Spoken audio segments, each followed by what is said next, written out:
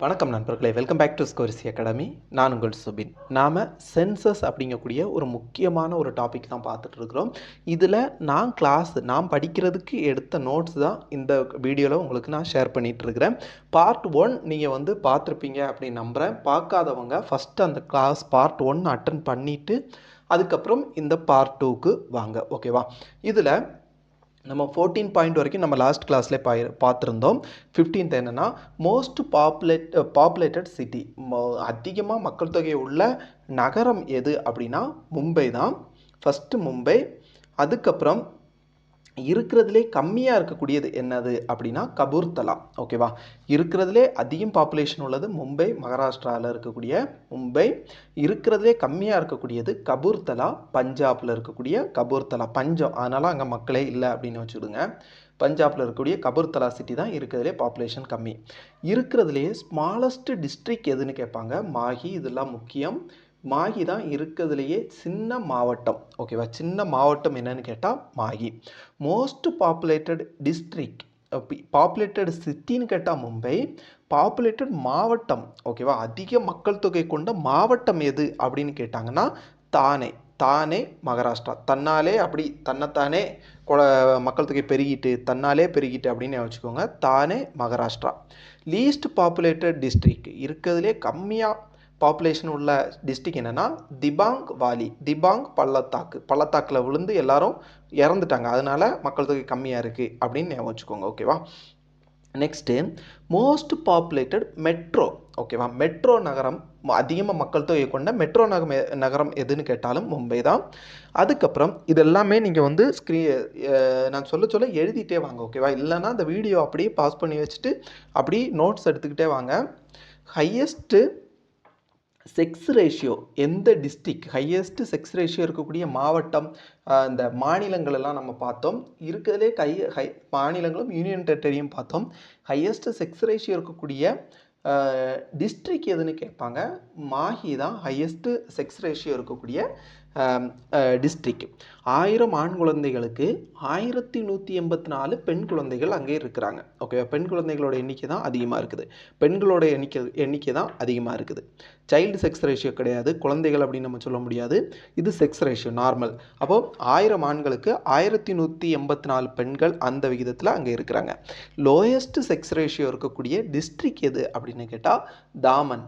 தாமன் 534 பேர் தான் இருக்கிறாங்க டிஸ்ட்ரிக்ட். ஓகேவா?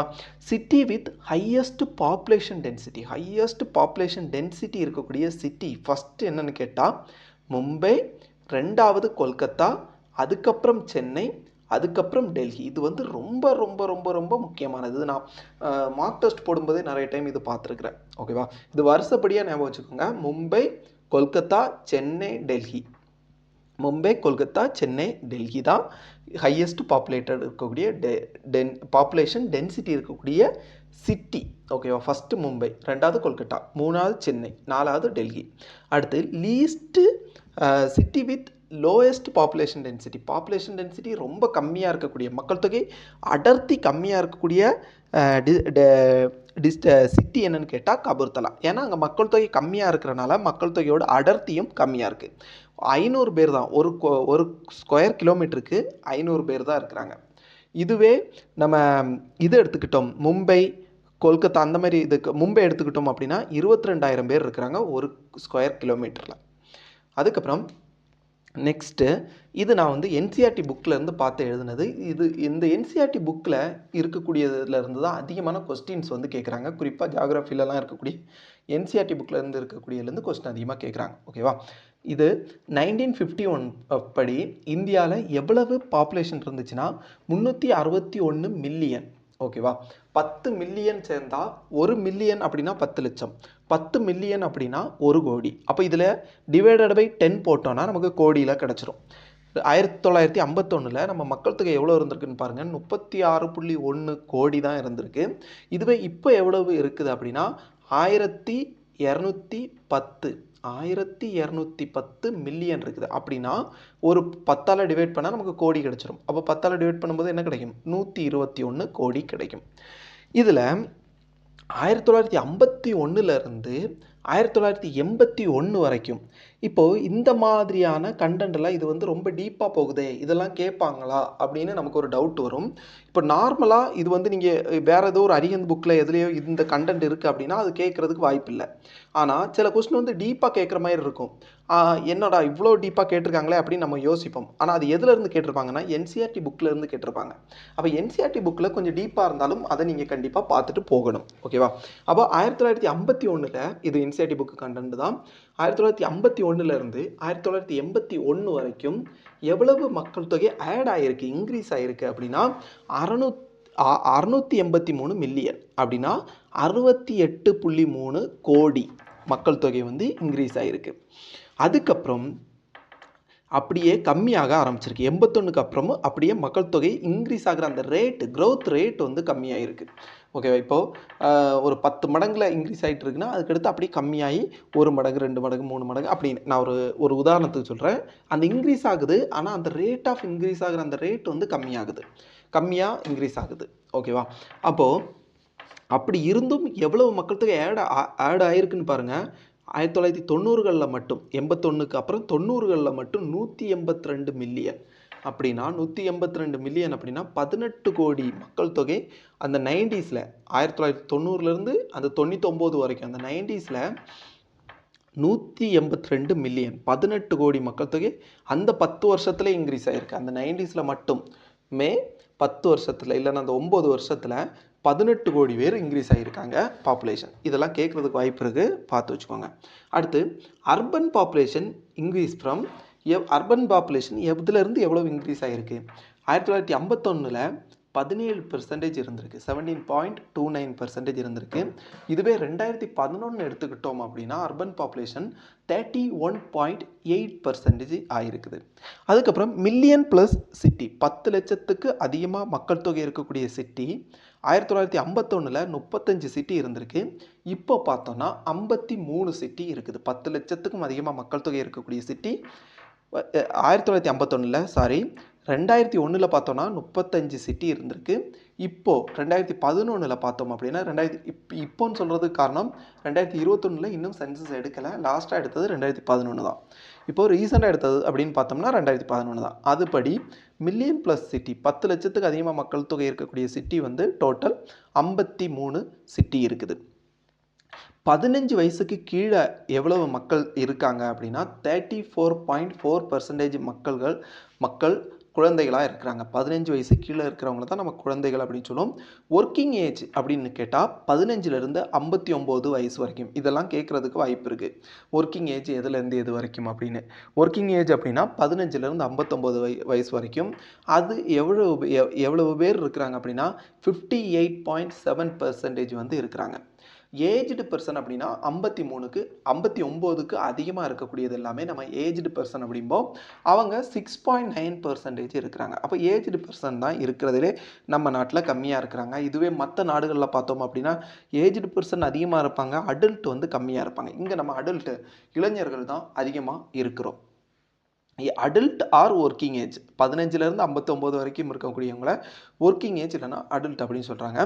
இதுவே நம்ம சென்சஸ் படி அக்ரிகல்ச்சர் நம்ம எவ்வளோ பேர் அக்ரிகல்ச்சர் பண்ணுற மக்கள் இருக்காங்க அப்படின்னா 64% அக்ரிகல்ச்சர். செகண்டரி செக்டாரில் எவ்வளோ பேர் அப்படின்னா 13%. டெரிட்டரி செக்டாரில் எவ்வளோ பேர் அப்படின்னா 20%. செகண்டரி இப்போது பிரைமரி, செகண்டரி, டெரிட்டரி அப்படின்னு நம்ம எக்கனாமியை 3 வகையாக பிரிக்கலாம். பிரைமரி அப்படின்னா இப்போது விவசாயம், மீன் பிடிக்கிறது, அதுக்கப்புறம் மைனிங், ஓகேவா, சுரங்கம் தோண்டி நிலக்கரியையோ இல்லைனா வந்து பெட்ரோலையோ இல்லைனா நம்ம நாட்டில் பெட்ரோல் கிடையாது, ஏதோ இப்போ இரும்பையோ எடுக்கிறது, அந்த தாதுவை சுரங்கத்திலேருந்து எடுக்கிறது எதில் வரும் அப்படின்னா பிரைமரி செக்டாரில் வரும், முதன்மை இதில் வரும். செகண்டரி செக்டார் இப்போ எக்ஸாம்பிள் சொல்லணும்னா செகண்டரியில் அந்த எடுத்த மெட்டலை பியூரிஃபை பண்ணி ஒரு கார் தயாரிக்கிறது வந்து செகண்டரி செக்டாரில் வரும். டெரிட்டரி செக்டாரில் இப்போ அந்த காரை வந்து ஷோரூமில் வச்சு சேல்ஸ் பண்ணுறாங்க தெரியுமா, இந்த சேல்ஸு சர்வீஸு இதெல்லாம் டெரிட்டரி செக்டாரில் வரும். இதே மாதிரி தான் அக்ரிகல்ச்சரும், அந்த ஃபுட்டு விவசாயம் பண்ணுறது வந்து பிரைமரி செக்டாரில் வரும். அந்த விவசாயம் பண்ணதை பேக்கிங் பண்ணி அந்த ப்ராசஸ் வந்து செகண்டரி.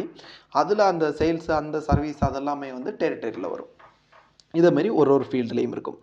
எந்த ஒரு நாடு செகண்டரி செக்டார்லேயும் டெரிட்டரி செக்டார்லேயும் அவங்க எக்கனாமியை அதிகமாக வச்சுருக்காங்களோ, இப்போ பாருங்கள் அக்ரிகல்ச்சரில் 64% பேர் அக்ரிகல்ச்சரை டிபெண்ட் பண்ணியிருக்கிறாங்க. இதுவே செகண்டரி செக்டாரையும் டெரிட்டரி செக்டாரையும் டிபெண்ட் பண்ணி அதிக மக்கள் இருக்கிறாங்க அப்படின்னா அந்த நாடு வந்து வளர்ந்துட்டு இருக்கு, இல்லைன்னா வளர்ந்த நாடாக இருக்குன்னு அர்த்தம். இப்போ யூஎஸ்ஏ எடுத்தாலும், இல்லை சைனா எடுத்துக்கிட்டாலும், யூரோப் கண்ட்ரி எடுத்துக்கிட்டாலும் அவங்க வந்து பிரைமரி செக்டாரை விட செகண்டரியும் டெரிட்டரியிலையும் தான் அதிகமாக இருப்பாங்க. ஓகேவா? இப்போ டெத் ரேட்டு எவ்வளோ இருக்குன்னு பாருங்கள். 1951 டெத் ரேட் அப்படின்னா ஒரு நாட்டில் ஒரு வருஷத்தில் 1000 பேரில் எவ்வளவு பேர் இறக்குறாங்க அப்படின்னு சொல்கிறது தான். 1000 பேரில் 25 பேர் இறக்குறாங்க டெத் ரேட். இதுவே இப்போ எவ்வளவு ஆயிருக்கு, 2011 சென்சஸ் படி 1000 பேரில் 7.2 பேர் தான் இறக்குறாங்க. அது எதனால் அப்படின்னா நம்மளோட மருத்துவ அந்த சப்போர்ட்டு மெடிக்கல் அதெல்லாம் இன்க்ரீஸ் ஆகிருக்கு, அந்த சப்போர்ட் இன்க்ரீஸ் ஆகிருக்கு. அதனால தான் டெத் ரேட் வந்து கம்மியாகுது. அடுத்து லைஃப் எக்ஸ்பெக்டன்சி 36.7 வயசுலே ஒரு லைஃப் எக்ஸ்பெக்டன்சினா சராசரியாக அந்த நாட்டில் எவ்வளோ வயசு வரைக்கும் மக்கள் வாழ்கிறாங்க அப்படின்னா 36.7 வருஷம். 36.7 தான் 1951. இப்போ எவ்வளவு பேர் அப்படின்னா 67.9 வருஷம். 67.9 வருஷம். நீங்கள் கேட்கக்கூடாது எங்கள் தாத்தா 80 வயசு வரைக்கும் இருந்தாரே அப்போது அப்படின்னு கேட்கக்கூடாது. இது வந்து நாட்டோட டோட்டல் சராசரி. அந்த காலத்தில் வந்த போர், அதுக்கப்புறம் நிறைய நோய்கள் அந்த காலத்தில் அடிக்கடி வந்துச்சு, மலேரியா, காலரா அந்த மாதிரியானது. அதில் நிறைய பேர் இறந்துருவாங்க. மஞ்சக்காமலை வந்தே நிறைய பேர் இறந்துருக்காங்க. அப்போது இப்போ வந்து இப்போ மஞ்சக்காமலை வந்தோ இல்லை மலேரியா, காலரா வந்தோ யாரும் இறக்குறது கிடையாது. ஹாஸ்பிட்டல் போய் காப்பாற்றிருந்தோம். அதெல்லாம் ஒரு பெரிய நோயே கிடையாது இப்போ பார்த்தோம் அப்படின்னா. அதனால் இப்போ ரோபோட் சங்கர் வந்து மஞ்சக்காமலை வந்து தான் இறந்தார் அப்படின்னு நீங்கள் கேட்கக்கூடாது. அது வந்து எப்படி சொல்ல, இப்போ மஞ்சக்காமலை வந்து அதை இப்போது அந்த காலத்தில் வந்து கரெக்டான ட்ரீட்மெண்ட் இல்லாமல் இறந்தாங்க. இப்போ வந்து ஒருவேளை ட்ரீட்மெண்ட்டுக்கு அந்த ஹாஸ்பிட்டல் போகாமல் அதை கண்டுக்கிடாமல் வச்சு இறக்குறவங்க இறக்குறாங்களே தவிர ஹாஸ்பிட்டல் போனவங்க அவ்வளோவா யாரும் இறக்குறது இல்லை. ஓகேவா? அப்போது அந்த ட்ரீட்மெண்ட் அந்த இதெல்லாம் இன்க்ரீஸ் ஆனனால நம்மளோட லைஃப் எக்ஸ்பெக்டன்சியும் இன்க்ரீஸ் ஆகிருக்கு.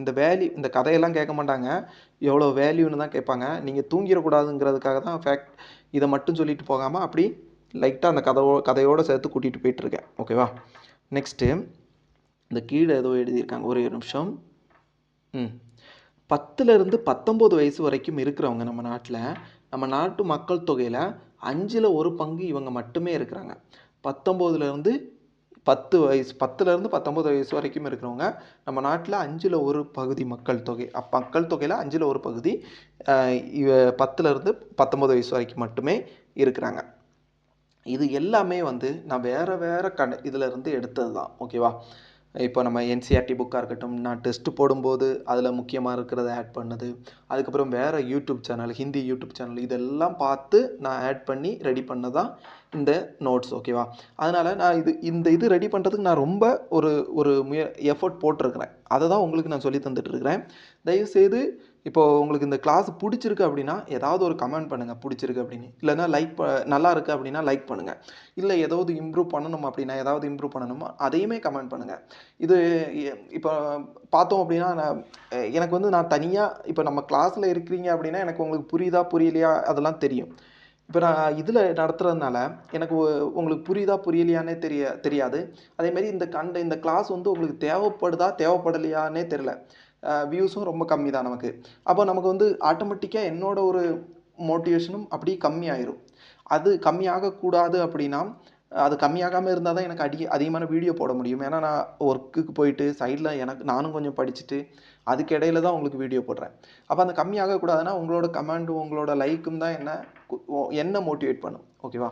அதனால் உங்களுக்கு பிடிச்சிருக்குன்னா கமெண்ட் பண்ணுங்கள், லைக் பண்ணுங்கள். பிடிக்கல ஏதோ குறை இருக்குன்னா அதையும் கமெண்ட் பண்ணுங்கள். இது யூஸ்ஃபுல்லாக இருக்குதா அப்படின்னு ஃபஸ்ட்டு கமெண்ட் பண்ணுங்கள். ஓகேவா? கீழே சொல்லுங்கள். அக்கார்டிங் டு 2011 சென்சஸ் படி நெகட்டிவ் பாப்புலேஷன் க்ரோத் இருக்கக்கூடிய ஒரே ஒரு ஸ்டேட் எது அப்படின்னா நாகாலாந்து தான். நெகட்டிவ் பாப்புலேஷன் அப்படின்னா போன வருஷம் 2001 இருந்ததை விட பாப்புலேஷன் கம்மியாகிக்கிட்டு இருக்குது அப்படிங்கிறது அர்த்தம். 2001 விட 2011 அந்த ரேட் வந்து க்ரோத் ரேட் வந்து கம்மியாகுது. ஓகேவா? அந்த நம்பரை விட இப்போ 2011 ஒரு நம்பர் இருக்குது, ஒரு ஒரு 2 கோடி இருக்குதுன்னு வச்சுக்கோங்க. சும்மா சொல்கிறேன், இது எக்ஸாக்டாக எவ்வளோன்னு தெரியாது. நீங்கள் தான் போய் பார்க்கணும். நெட்டில் பார்க்குறீங்கன்னா இதெல்லாம் எவ்வளோன்னு கேட்க மாட்டாங்க. நாகாலாண்டில் எவ்வளோ மக்கள் தொகைன்னு கேட்க மாட்டாங்க. இப்போது அந்த க்ரோத் ரேட் வந்து 2 கோடி இருக்குன்னா, இப்போ 2011ல் அந்த டோட்டல் மக்கள் தொகை 2 கோடி இருக்குன்னு ஒரு எக்ஸாம்பிளில் வச்சுட்டோம்னா 2001ல் 2011ல் நமக்கு வந்து ஒரு 4 கோடி ஆயிருக்கும். இல்லை ஒரு 2.5 கோடி ஆயிருக்குன்னா பாப்புலேஷன் இன்க்ரீஸ் ஆகிருக்கு. ஆனால் அதுக்கு முன்னாடி எவ்வளோ வேகமாக இன்க்ரீஸ் ஆகிட்டு இருந்திருக்கு, அந்த அளவுக்கு இது வேகமாக இன்க்ரீஸ் ஆகலாம். அந்த க்ரோத் ரேட்டு கம்மியாக இருக்குது. அப்போ நெகட்டிவ் க்ரோத் ரேட் இருக்கக்கூடிய ஒரே ஒரு ஸ்டேட் என்னது அப்படின்னா நாகாலாண்டு தான் ஒரே ஒரு ஸ்டேட்டு. அதுக்கு காரணம் வந்து அங்கே மக்கள் அந்த குழந்தை பிறப்பு விகிதம் வந்து கம்மியாக இருக்கலாம், இல்லைன்னா அங்கேருந்து நிறைய பேர் வேறு ஸ்டேட்டுக்கு போயிருக்கலாம். இது எல்லாம் தான் இதுக்கு காரணமாக இருக்கும். ஓகேவா? Next Goa most urbanised state எதுன்னு கேட்டால் கோவா தான். 62.17 62.17% வந்து நகரத்தில் இருக்கிறாங்க. மோஸ்ட் அர்பனைஸ்டு ஸ்டேட், ஃபுல்லாக அர்பனைஸ்டாக இருக்கக்கூடிய ஸ்டேட் வந்து கோவா. ஃபுல்லாக கிடையாது, அதிகமாக. அடுத்து நேஷ்னல் பாப்புலேஷன் பாலிசி படி family planning programme. National population policy படி, நேஷ்னல் பாப்புலேஷன் பாலிசினா பாப்புலேஷனை கண்ட்ரோல் பண்ணுறதுக்கும் அதோட அந்த மக்களோட அந்த இறப்பு விகிதம் பிறப்பு விகிதத்தெல்லாம் கண்ட்ரோல் பண்ணுறது, இதெல்லாம் பண்ணுறது தான் இந்த நேஷ்னல் பாப்புலேஷன் பாலிசியில் வரும். ஓகேவா? இதுபடி ஃபேமிலி பிளானிங் ப்ரோக்ராம் குடும்ப கட்டுப்பாடு எப்போ இன்ட்ரடியூஸ் பண்ணாங்க அப்படின்னா 1952. இது ரொம்ப ரொம்ப ரொம்ப முக்கியமானது. இது நானே இப்போ லாஸ்ட் NTPC மார்க் டெஸ்ட் போடும்போதே நிறைய டைம் இந்த கொஸ்டின் வந்துச்சு. ஆனால் நான் இது எங்கேருந்து இந்த கொஸ்டின் கேட்குறாங்கன்னு யோசிச்சுட்டு இருந்தேன். நான் எடுத்த நோட்ஸே நானே ஒழுங்காக படிக்கலை. அதனால தான் இந்த கொஸ்டினை நான் விட்டுருக்கிறேன். இது ரொம்ப ரொம்ப ரொம்ப ரொம்ப முக்கியமான கொஸ்டின். இப்போ ஃபேமிலி பிளானிங் ப்ரோக்ராம் எப்போ இம்ப்ளிமெண்ட் பண்ணாங்கன்னு கேட்டால் 1952. நேஷ்னல் பாப்புலேஷன் பாலிசி 2000 படி, நேஷ்னல் பாப்புலேஷன் பாலிசி 1952 இப்போ ஃபேமிலி பிளானிங் இம்ப்ளிமெண்ட் பண்ணாங்க. நேஷ்னல் பாப்புலேஷன் பாலிசி 2000 படி எஜுகேஷன் வந்து அப் டு 14 இயர்ஸ் வரைக்கும் எஜுகேஷன் கொடுக்கணும் அப்படின்னு கொண்டு வந்திருக்காங்க. அதுக்கப்புறம் மார்ட்டாலிட்டி ரேட்டு, இறப்பு விகிதம், குழந்தை பிறக்கும்போது இறப்பு விகிதம். இப்போ பழைய காலத்தில் பார்த்தா இப்போ டெலிவரி டைமே நிறைய பேர் இறந்துருப்பாங்க. குழந்தையும் இறந்துரும், அம்மாவும் இறந்துருவாங்க. அந்த இதை வந்து இப்போது கம்மி பண்ணணும். இந்த நேஷ்னல் பாப்புலேஷன் பாலிசி 2000 படி அந்த இறப்பு விகிதத்தை வந்து 1000 இதில் 100 1000 குழந்தை பிறகுதுன்னா அதில் 30க்கு கீழே தான் இருக்கணும் அப்படிங்கிறது எய்ம் பண்ணியிருக்கிறாங்க. அதுக்கப்புறம் ப்ரொமோட்டிங் டிலேய்டு மேரேஜ். அப்போ 2000 அந்த டைம்லலாம் நமக்கு வந்து நீங்கள் வந்து கொஞ்சம் லேட்டாக கல்யாணம் பண்ணுங்கள். இப்போ நம்ம அம்மாக்கள் காலத்தில் அந்த டைம்லலாம் வந்து 18 வயசு 15 வயசுலலாம் கல்யாணம் பண்ணி கொடுத்துருவாங்க. நம்ம பாட்டி காலத்தில் அதை விட வேகமாக கல்யாணம் அதுக்கு விட முன்னாடியே கல்யாணம் பண்ணியிருப்பாங்க. அதனால நிறைய பிரச்சனைகள் வரும். குழந்தை பிறக்கும்போது அவங்க இறந்துருவாங்க, அவங்களுக்கு அந்தளவு ஸ்ட்ரென்த் இருக்காது. அதனால் இறக்குறதுக்கான வாய்ப்பு அதிகமாக இருந்துச்சு. ஒரு சத்தான அவங்களுக்கு வந்து இந்த தாய்ப்பால் கொடுக்கறதுக்கு கஷ்டம் இருக்கும். இதெல்லாம் சரி பண்ணணும் அப்படிங்கிறதுக்காக ப்ரொமோட்டிங் டிலேய்டு மேரேஜ், கொஞ்சம் டிலேயாக மேரேஜ் பண்ணுங்கள், ஒரு 22, 25ல் மேரேஜ் பண்ணுங்கள் அப்படின்னு சொல்லிட்டு இருந்தாங்க. இப்போ எங்கள் காலத்தில் பார்த்துட்டோம் அப்படின்னா 30, 35, 32, 34 அப்படின்னு போயிட்டு இருக்குது. கஷ்டமாக போயிட்டு இருக்குது. இந்த ப்ரொமோட்டிங் டிலேய்டு மேரேஜ் தான் இப்போ நமக்கு பிரச்சனையாக வந்து நிற்கிது. அப்போது அடுத்த பாயிண்ட் என்னென்னா அச்சீவிங் இம்யூனைசேஷன் த்ரோ வேக்சின். நல்லா கரெக்டான டைமில் கரெக்டான வேக்சின், போலியோ வேக்சின், மற்றபடியான நிறைய வேக்சின்லாம் கொடுக்கணும் அப்படிங்கிறது இந்த நேஷ்னல் பாப்புலேஷன் பாலிசி 2000 படி வந்து இது பண்ணியிருக்காங்க. இதெல்லாம் NCERT புக்கில் இருந்து எடுத்தது, கொஞ்சம் பார்த்துக்கோங்க. அதுக்கப்புறம் இன்னொன்று பாயிண்ட் என்னென்னா ப்ரிவெண்ட் STD. STDனா என்னென்னா STD பூத்து கிடையாது. STD அப்படின்னா செக்ஷுவல் டிரான்ஸ்மிட்டட் டிசீஸ். ஓகேவா? பாலியல் நோய்களை வந்து கட்டுப்படுத்தணும் அப்படிங்கிறது தான் இந்த நேஷ்னல் பாப்புலேஷன் பாலிசி 2000ல் சொல்லியிருக்காங்க. ஓகேவா? நெக்ஸ்ட் வந்து ஃபாதர் ஆஃப் இந்தியன் சென்சஸ் யாருன்னு கேட்குறதுக்கு வாய்ப்பு இருக்குது, நோட் பண்ணிக்கோங்க. ஃபாதர் ஆஃப் இந்தியன் சென்சஸ் யாருன்னா ஹென்ரி வால்டர். 1830 வந்து ஒரு சென்சஸ் நடக்கும். எங்கே அப்படின்னா டாக்கா, பங்களாதேஷ். அப்போ வந்து அது இந்தியாவாக தான் இருந்துச்சு. சுதந்திரம் அந்த டைமில் தான் ரெண்டு இந்தியாவோட இந்த பக்கம் ஒரு கையையும் இந்த பக்கம் ஒரு கையையும் வெட்டிட்டு போயிட்டாங்க. அவ்வளோதான். அதுக்கப்புறம் இந்த தலையை இப்போ வெட்டணும் அப்படின்னு ட்ரை பண்ணிகிட்டு இருக்காங்க. எங்களுக்கு கொடுத்துருங்க அப்படின்னு மத அடிப்படையில் ஒரு நாட்டை 2 நாட்டை உருவாக்கி பிரிச்சுட்டு போயிட்டாங்க அந்த டைமில். அப்போது அந்த டைமில் தாக்கா வந்து பங்களாதேஷோட கேபிட்டல். அங்கே வந்து இந்த ஹென்ரி வால்டர் வந்து ஒரு சென்சஸ் பண்ணுறதுக்கு ஒரு கரெக்டான ஒரு சிஸ்டமேட்டிக்காக சென்சஸ் பண்ணியிருப்பார். அது வந்து ரொம்ப கரெக்டான வழியாக இருக்கும். அதனால இவரை வந்து ஃபாதர் ஆஃப் இந்தியன் சென்சஸ் அப்படின்னு சொல்கிறாங்க. ஓகேவா? அதுக்கப்புறம் ஃபஸ்ட்டு சென்சஸ் ஆஃப்டர் இண்டிபெண்டன்ட் வந்து 1951 நடந்திருக்கும். நம்ம இது ஃபஸ்ட்டு வீடியோவிலே பார்த்தோம், ஃபஸ்ட்டு கிளாஸ்லேயே பார்த்தோம். அது வந்து டோட்டலாக அது எத்தனாவது சென்சஸ் அப்படின்னா 9th சென்சஸ். இண்டிபெண்டனுக்கு அப்புறம் எத்தனாவது சென்சஸ் அப்படின்னு கேட்டாங்கன்னா ஃபஸ்ட்டு சென்சஸ். அதுக்கப்புறம் சிஎம் சந்திரமௌலி பார்த்தோம், லாஸ்ட் கிளாஸ்லேயே பார்த்தோம். இவர் தான் registrar general of India and registrar general and census commissioner of 2011 சென்சஸில் இருந்தார். இவர் தான் இந்த சென்சஸோட ஹெட்டு. அடுத்து 2011 சென்சஸ் படி எத்தனை லாங்குவேஜில் அதை கண்டக்ட் பண்ணியிருப்பாங்க அப்படின்னா 16 லாங்குவேஜில். இதெல்லாம் ஜஸ்ட் பார்த்துட்டு போங்க, கேட்பாங்களான்னு தெரியல. அந்தளவு முக்கியமாக நிறைய எக்ஸாமில் இல்லைனா நிறைய ப்ரீவியஸ் இயர் கொஸ்டினில் இதெல்லாம் இல்லை, இருந்தாலும் பார்த்துட்டு போங்க. ஆனால் 2019 நடந்த என்டிபிசியில் கொஞ்சம் டீப்பாக கொஸ்டின் கேட்டிருந்தாங்க. அதுக்கப்புறம் 2011 வந்து 2 ஸ்டேஜாக கண்டக்ட் பண்ணியிருப்பாங்கன்னு பார்த்தோம். ஹவுசிங் இதெல்லாம் வந்து அந்த ஃபஸ்ட்டு வீடியோவில் பார்த்துட்டோம், இதெல்லாம் விட்டுறலாம். அது எத்தனாம் தேதி கண்டக்ட் பண்ணியிருப்பாங்க இதெல்லாம் தேவையில்லை. அதுக்கப்புறம் எந்த ஸ்டேஜில் இது பண்ணியிருப்பாங்கன்னு மட்டும் பாருங்கள். இது நம்ம வந்து ஃபஸ்ட்டு வீடியோவில் பார்த்துருப்போம், அதனால் அதை ஸ்கிப் பண்ணுறேன். அடுத்து வந்து ஃபஸ்ட்டு எக்கனாமிக் சென்சஸ் வந்து எந்த வருஷம் எடுத்திருப்பாங்க அப்படின்னா 1977. 7th எக்கனாமிக் சென்சஸ் அதுதான் ரீசெண்டாக பண்ணது 2019. இப்போ எக்கனாமிக் சென்சஸ் அப்படின்னா என்ன? இப்போ நார்மல் சென்சஸ் மக்கள் தொகை கணக்கெடுனா மக்கள் எவ்வளோ பேர் இருக்கிறாங்க அப்படின்னு கணக்கெடுக்கிறது. எக்கனாமிக் சென்சஸ் அப்படின்னா என்னென்னா எவ்வளோ இண்டஸ்ட்ரி இருக்குது, அதில் கரெக்டாக இப்போது சிறு குறு தொழில்கள் அது வந்து கரெக்டாக அதுக்கு வந்து கரெக்டான ஒரு வேர்டு இருக்குது, அது என்னன்னு தெரியலை. ஒரு ஆர்கனைசேஷன் கரெக்டாக ஆர்கனைஸ் பண்ணி போகிற பெரிய பிஸ்னஸ்ஸு அது. இன்னொன்று வந்து ஆர்கனைஸே இல்லாமல் நம்ம இது பண்ணுறது, எப்படி சொல்ல, இந்த பிளாட்ஃபார்மில் போட்டு விற்கிறது, காய்கறி விற்கிறது, இதெல்லாம் வந்து எங்கேயுமே என்ட்ரி இது பண்ணியிருக்க மாட்டாங்க, கரெக்டாக அதுக்கு ஒரு சர்டிஃபிகேட் வாங்கியிருக்க மாட்டாங்க. அதுக்கு ஒரு வேர்டு இருக்குது, அது நான் மறந்துட்டேன். இப்போது இந்த மாதிரி எத்தனை பிஸ்னஸ் இருக்குது, என்னென்ன பிஸ்னஸ் இருக்குது, என்னென்ன ஃபேக்ட்ரி இருக்குது, எக்கனாமி வந்து எதை டிபெண்ட் பண்ணியிருக்கு, ப்ரைமரியா செகண்டரியா டெரிட்டரியை டிபெண்ட் பண்ணியிருக்கா, ப்ரொடக்ஷன் எவ்வளோ இருக்குது, இதெல்லாம் பற்றி பேசுகிறது தான் எக்கனாமிக் சென்சஸ். இது 1977 ஃபஸ்ட்டு டைம் பண்ணாங்க. இது வந்து நம்ம ஒரு ஏழையாக இருக்கும்போது பண்ணாங்கன்னு வச்சுக்கோங்க.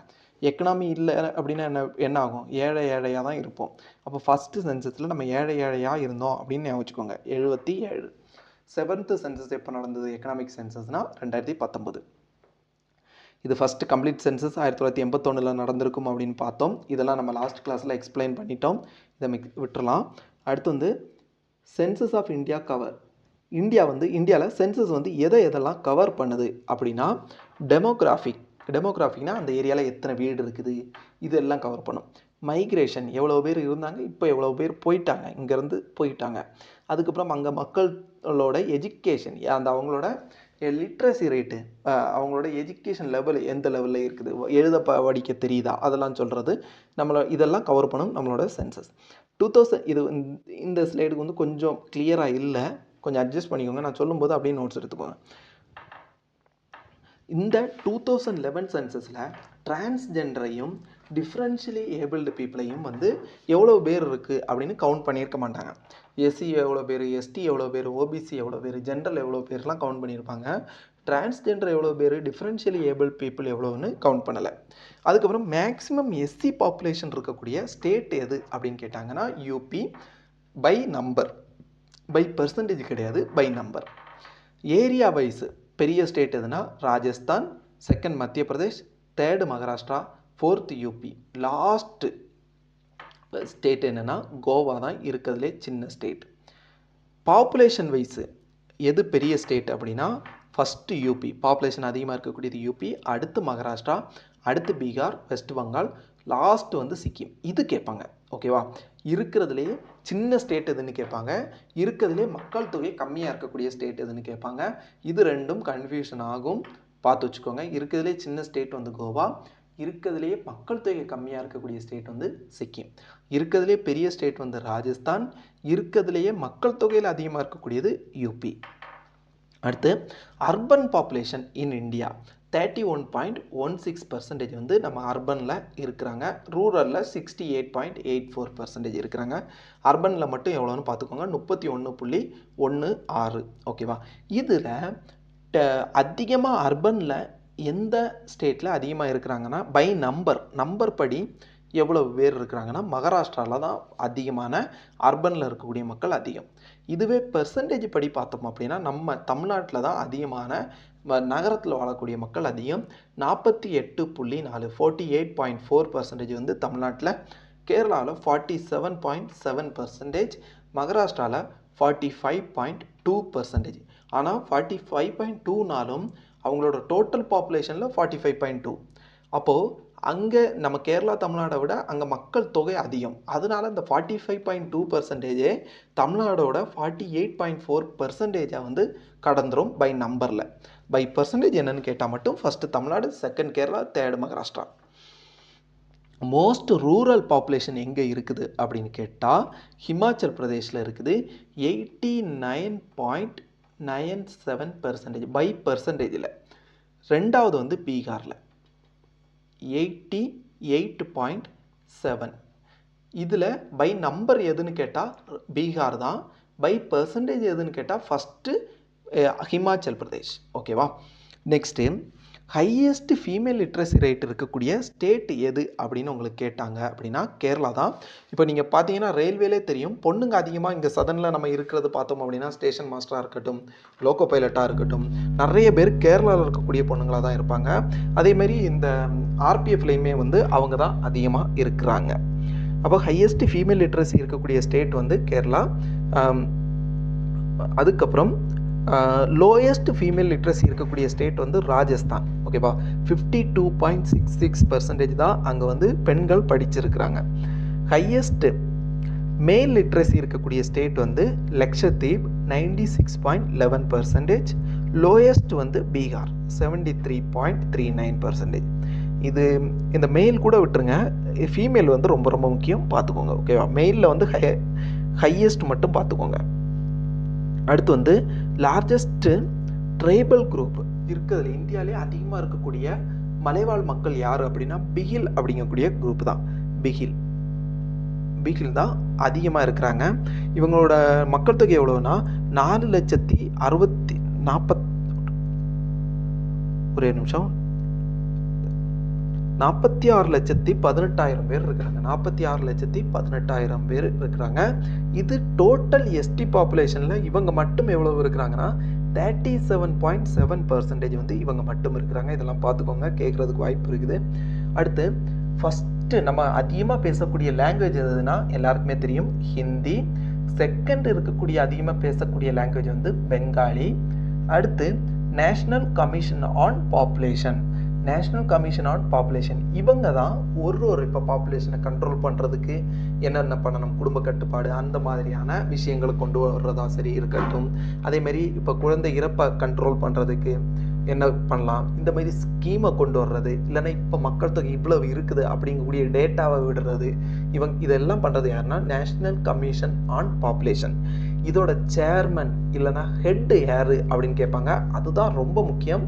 நேஷ்னல் பாப்புலேஷனோட ஹெட் யாரு, நேஷ்னல் கமிஷன் ஆன் பாப்புலேஷனோட ஹெட் யாருன்னு கேட்டால் பிரைம் மினிஸ்டர். இதுக்கப்புறம் 2011 சென்சஸில் எவ்வளவு டிஸ்ட்ரிக்ட் இந்தியாவில் இருந்திருக்குன்னா 640 இருந்திருக்கு. இது வந்து ரொம்ப ரொம்ப ரொம்ப முக்கியம், 640 டிஸ்ட்ரிக்ட் அப்படிங்கக்கூடியது. இந்த அளவு டீப்பாலாம் இப்போ 2019 நடந்த என்டிபிசியில் கேட்டாங்க. இப்போ அந்த அளவு கேட்குறது இல்லை, இருந்தாலும் நீங்கள் படிச்சுட்டு போகணும், சொல்ல முடியாது, திடீர்னு கேட்டு வச்சுருவாங்க.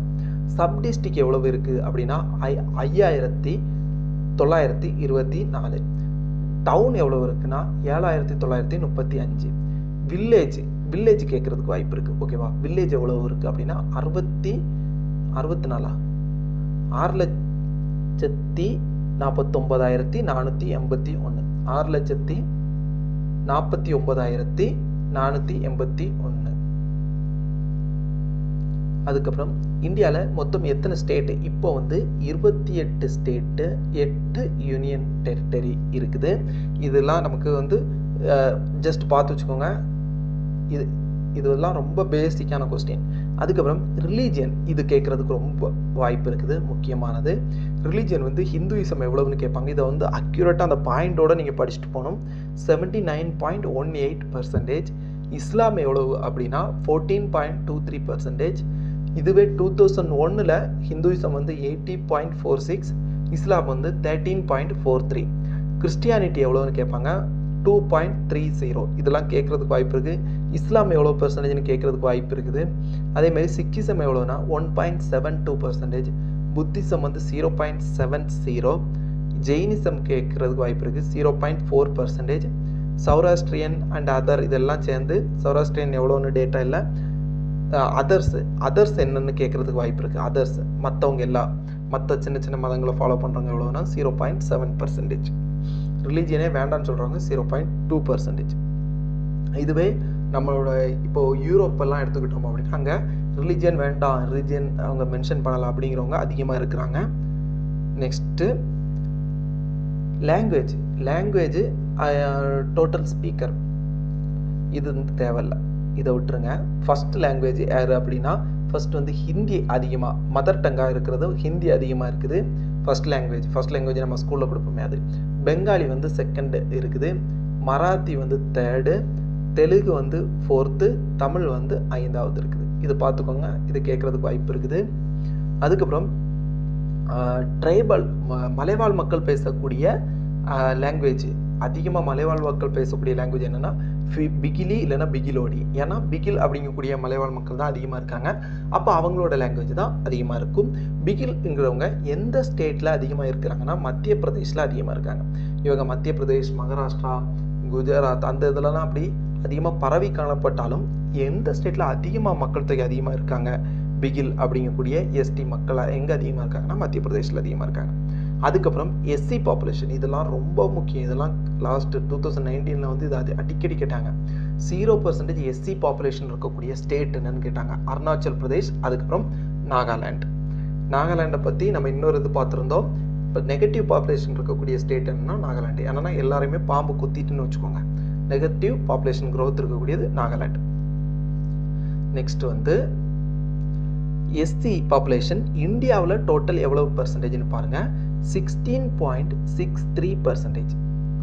16.63% வந்து எஸ்சி மக்கள் இருக்கிறாங்க. எவ்வளவு நம்பருங்கிறது அது அந்த அளவுக்கு தேவையில்லை, இதெல்லாம் ஞாபகம் வச்சுக்கிறதும் கஷ்டம். எத்தனை பெர்சன்டேஜ்னு மட்டும் ஞாபகம் வச்சுக்கோங்க. 16% ஞாபகம் வச்சுக்கோங்க. அஸ்பர் நம்பர் படி எந்த ஸ்டேட்டில் அதிக எஸ்சி மக்கள் இருக்காங்கன்னா யூபியில் ஃபஸ்ட்டு, வெஸ்ட் பெங்காலில் செகண்ட், பீகாரில் தேர்டு, தமிழ்நாட்டில் ஃபோர்த் இருக்காங்க. பெர்சன்டேஜ் படி பார்த்தோம் அப்படின்னா பஞ்சாபில் தான் அதிக மக்கள் பெர்சன்டேஜில் எஸ்சி இருக்காங்க. 31.9%. இந்தியாவிலே அதிகமாக இருக்கக்கூடியது பஞ்சாபில் பெர்சன்டேஜ் படி. ஹிமாச்சல் பிரதேஷ் செகண்ட், வெஸ்ட் பெங்கால், அதுக்கப்புறம் யூபி, அதுக்கப்புறம் 20.1% எஸ்சி மக்கள் இருக்கிறாங்க. Next எஸ்டியோட population. எஸ்டி மக்கள் வந்து இந்தியாவில் டோட்டல் 8.61. எஸ்சியில் அப்படி ஆஃப் வந்து எஸ்டி அப்படின்னு வச்சுக்கோங்க, 8.61%. இதில் அதிகமாக எஸ்சி மக்கள் இருக்கக்கூடிய ஸ்டேட் என்னென்னா மத்திய பிரதேஷ். ஏன்னா மத்திய பிரதேஷில் தான் பிகில் அப்படிங்கக்கூடிய கம்யூனிட்டி இருக்குது. அவங்க தான் அதிக நம்பரில் இருக்கிறாங்க. ரெண்டாவது அஸ்பர் நம்பர் சொல்கிறேன். நம்பரில் யார் ரெண்டாவது இருக்காங்கன்னா மகாராஷ்டிரா, தேர்டு ஒடிஷா, ஃபோர்த் வந்து ராஜஸ்தான், 5வது வந்து குஜராத் இருக்காங்க நம்பர் படி. பெர்சன்டேஜ் படி பார்த்தோம் அப்படின்னா ஃபஸ்ட்டு வந்து லட்சத்தீவு இருக்காங்க. 94.8% மக்கள் வந்து அந்த அங்கே இருக்கக்கூடியதில் 94.8% மக்கள் வந்து எஸ்டி மக்களாக இருக்கிறாங்க. அதுக்கப்புறம் செகண்ட் எது அப்படின்னா மிசோரம் இருக்கிறாங்க. மிசோரம் செகண்டு, 94.4%.